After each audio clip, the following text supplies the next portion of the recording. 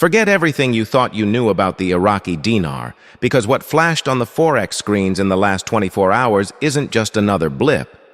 It's a seismic tremor running through the very foundations of the global financial perception of this currency. And if you've been waiting for a sign, a signal, a piece of tangible evidence that the gears are finally turning, then you need to stop everything and pay absolute attention to this analysis right now. Because we are dissecting what top financial analysts are already calling the most meaningful and structured movement in the IQD in over a decade, a move that goes far beyond the typical speculative chatter and points directly to a coordinated, deliberate action by the Central Bank of Iraq, potentially testing the very mechanisms for a full-scale integration into the international banking system. And this isn't just hopeful thinking. This is based on a forensic examination of the trade volumes, the specific pairs involved, and the timing of the interventions that all point towards a sophisticated operational test rather than a reaction to a random market force. The key data point that separates this event from the thousands of other minor fluctuations we track is the concentrated volume spike that occurred not in the typical Middle Eastern trading windows, but precisely during the overlap of European and American market hours, a time when liquidity from major institutional players is at its peak, which suggests the CBI wasn't just testing the waters domestically, but was intentionally probing for a reaction and assessing the absorption capacity of the deep, liquid pools of Western capital, a move that indicates a profound shift in strategy from internal stability management to external price discovery. This is further corroborated by the fact that the movement wasn't a wild, volatile spike, but a series of controlled, staircase-like incremental adjustments, a pattern that is computationally expensive and complex to execute, requiring sophisticated algorithms and a deep reserve of currency to defend the new levels against arbitrage, which tells us this was a pre-planned operational drill, likely months in the making, designed to validate their ability to maintain a new equilibrium point under real-world, high-volume trading conditions without causing a panic or a speculative frenzy. When you layer this with the recent and often underreported progress on the Iraq-Turkey oil pipeline negotiations and the quiet but steady signing of bilateral trade agreements with Saudi Arabia and the UAE that specifically mention moving away from pure dollar dependency for certain transactions, you start to see a mosaic of financial diplomacy where this currency move acts as the central piece. A real-world experiment to see if the dinar can hold its value, not just as a domestic medium of exchange, but as a potential unit of account for regional trade, a function it has been utterly incapable of performing for the last 2 decades. The silence from the CBI itself is also deafening. There has been no official press release, no attempt to explain or justify the movement, which in the world of central banking is often the loudest statement of all, signaling a confidence that the action itself is self-explanatory to the intended audience. The IMF, the World Bank, and major correspondent banks, and that they are no longer in the business of managing public sentiment, but are instead focused on demonstrating technical competency to a professional financial audience. This entire scenario is a complete departure from the past, where any movement was followed by immediate clarification or denial, creating a fog of uncertainty. But this new, silent, and confident approach suggests a different leadership mindset, one that is perhaps more aligned with the technocratic reforms pushed by international bodies. And if that is the case, then what we witnessed was not the end game, but a critical data-gathering exercise for the next, much larger phase of monetary policy. So I want you to understand the gravity of this. This is the first real empirical evidence that the theoretical plans for dinar reform are transitioning into a practical, operational phase, and while a full revaluation is a separate and complex political decision, this proves the technical machinery is being actively tested and calibrated, which is a prerequisite for any future, significant change in value, and that is why you need to stay locked on this channel. Because we are the ones connecting these data points and providing you with this level of actionable insight, not just recycled news. The very fact that this activity was detectable on mainstream Forex platforms like Bloomberg and Reuters terminal, rather than being confined to the shadowy back channels of the Baghdad currency exchange, is a story in itself. as it signifies a deliberate effort to achieve transparency and legitimacy in the eyes of the global financial community. A necessary step if Iraq ever hopes to attract the kind of foreign direct investment required to rebuild its infrastructure and diversify its economy away from a crushing reliance on crude oil exports, which remains its primary vulnerability in the eyes of international economists who have long argued that the dinar's value is not backed by a diversified, productive economy, but by a single, volatile commodity, making this move towards integration a high-stakes gamble that could either unlock unprecedented economic growth or expose the currency to the harsh realities of speculative attacks if the underlying economic fundamentals are not strengthened in parallel with these financial engineering efforts, a point that the central bank governors are undoubtedly acutely aware of as they parse through the terabytes of data generated by yesterday's controlled experiment, data that will inform their next and perhaps most critical decision, whether to authorize a second, more aggressive test that pushes the boundaries of the new trading band, or to consolidate this gain and focus on building the domestic financial infrastructure to support a permanently floated currency. A decision that will be made not in the halls of the central bank alone, but under the intense scrutiny of a global audience that is now, for the first time in a long time, genuinely watching the Iraqi dinar.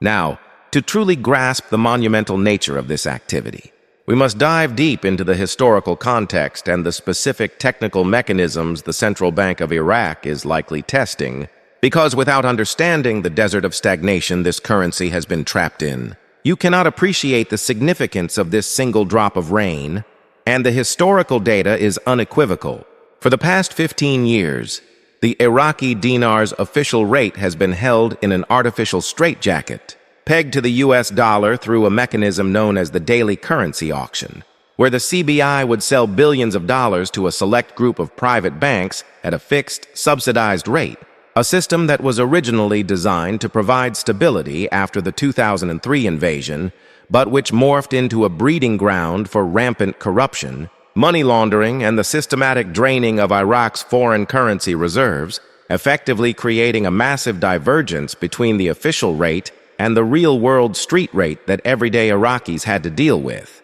This dual-rate system created a parasitic economy where the well-connected could arbitrage the difference between the official and parallel market rates, earning billions without producing a single good or service, while simultaneously strangling the potential for genuine foreign investment, because no international company would commit serious capital to a country where the currency was fundamentally unstable and unpredictable, creating a vicious cycle of economic isolation. The pressure to change this has been immense, coming directly from the International Monetary Fund and the U.S. Treasury, which have repeatedly stipulated that eliminating this currency auction and unifying the exchange rates is a non-negotiable precondition for any further financial assistance or debt relief. And for years, the CBI paid lip service to this demand, announcing imminent reforms that never materialized, as the political will to dismantle such a deeply entrenched system of patronage was non-existent. However, the tectonic plates began to shift in 2023 with the appointment of a new, more reform-minded governor at the CBI and with the passing of a new budget that explicitly allocated funds for a digital payments infrastructure, a critical component for any future monetary policy that isn't reliant on physical cash. And this is where our analysis connects the dots. The movement we just saw on the Forex screens was almost certainly a test of a new, more market-driven mechanism. Perhaps a dirty float or a crawling peg, where the central bank allows the currency to fluctuate within a predetermined band, intervening only to smooth out violent swings, which is a standard practice for emerging market economies transitioning from a fixed peg to a more flexible exchange rate. The data from the trade log shows the CBI acting as both a buyer and a seller at different price points, a classic tactic to gauge the true market clearing price without committing to a single, new fixed rate, and by doing this during high liquidity hours, they gathered a massive data set on the order book depth, the identity of the counterparties, and the overall market sentiment towards the dinar when it's not entirely propped up by their direct intervention. This is a level of financial engineering that was previously thought to be beyond the current operational capacity of the CBI, which makes this successful test all the more significant. It signals to the global financial community that Iraq's central bank is rapidly upgrading its technical capabilities and is serious about graduating from its current financial quarantine. Furthermore, this test run provides them with the critical intelligence needed to manage the transition when they finally pull the plug on the old auction system.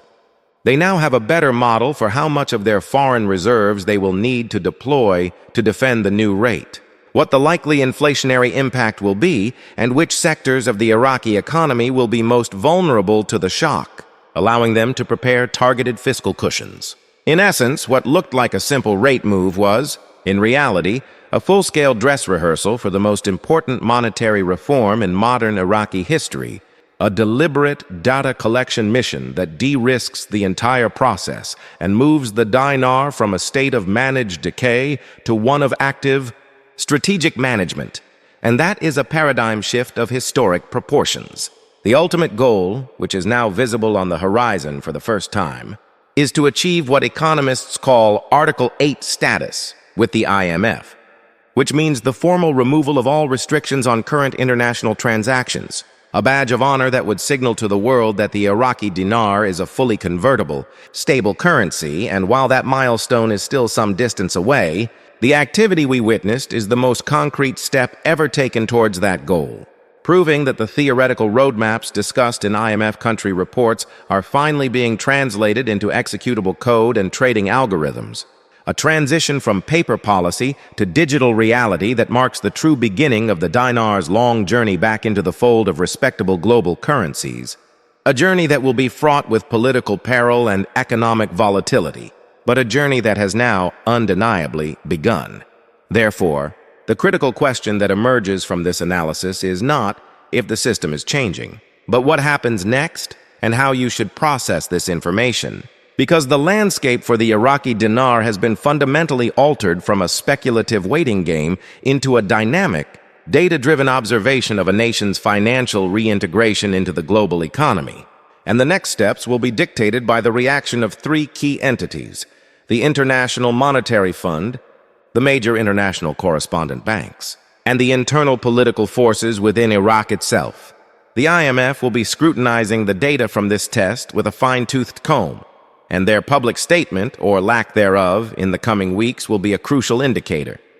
A quiet nod of approval or a technical assistance announcement would be a massively bullish signal, confirming that Iraq is on the right track and that further support is forthcoming, whereas a critical statement could force a temporary retreat. The second group, the correspondent banks like Citibank and HSBC, are the gatekeepers of global finance, and their actions will be even more telling than their words. If this test has built sufficient confidence in the CBI's new capabilities, we should start to see an expansion of their currency clearing limits for the IQD, allowing for larger and smoother international transactions, which would be a tangible step towards true tradability and a direct precursor to any significant appreciation in value. The internal political battle, however, remains the wild card.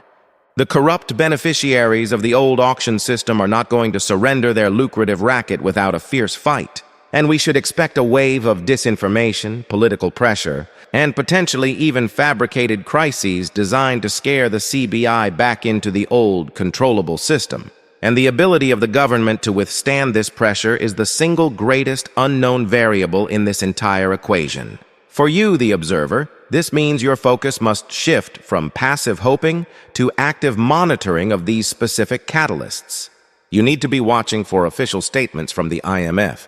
You need to follow the trade volume data on the Forex platforms to see if this test leads to sustained, higher volume trading, and you need to be critically analyzing news out of Baghdad for signs of political stability or instability surrounding the central bank's autonomy. This is no longer a story you can set and forget. It has become a live, evolving financial process, and the people who will truly understand and benefit from the coming changes are those who are educated, patient, and able to separate the signal from the noise, which is precisely the mission of this channel: to equip you with the analytical framework and the real-time data interpretation skills you need to navigate this complex journey. So, your call to action is this: do not let this moment pass you by as just another headline. If this deep dive has provided you with more clarity and a concrete understanding of the mechanics behind this historic shift, then you need to become a permanent part of this intelligence-gathering community. Hit that like button to let the YouTube algorithm know this is serious, valuable content. Subscribe to the channel so you don't miss a single one of our detailed updates. And most importantly, ring the notification bell because we are tracking every single development on an hourly basis. And the next analysis we release could be the one that decodes the final, critical piece of this puzzle. Whether it's a sudden statement from the U.S. Federal Reserve regarding its Iraqi holdings or a leaked internal memo from a major bank preparing to clear dinar transactions, the era of speculation is over. The era of verification has begun, and your ability to make informed decisions now hinges on your access to timely, accurate, and unbiased analysis, which we are committed to providing without the hype and without the hidden agenda. Stay informed, stay analytical, and I will see you in the next update, where we will break down the first concrete reactions from the international banking community to this groundbreaking event.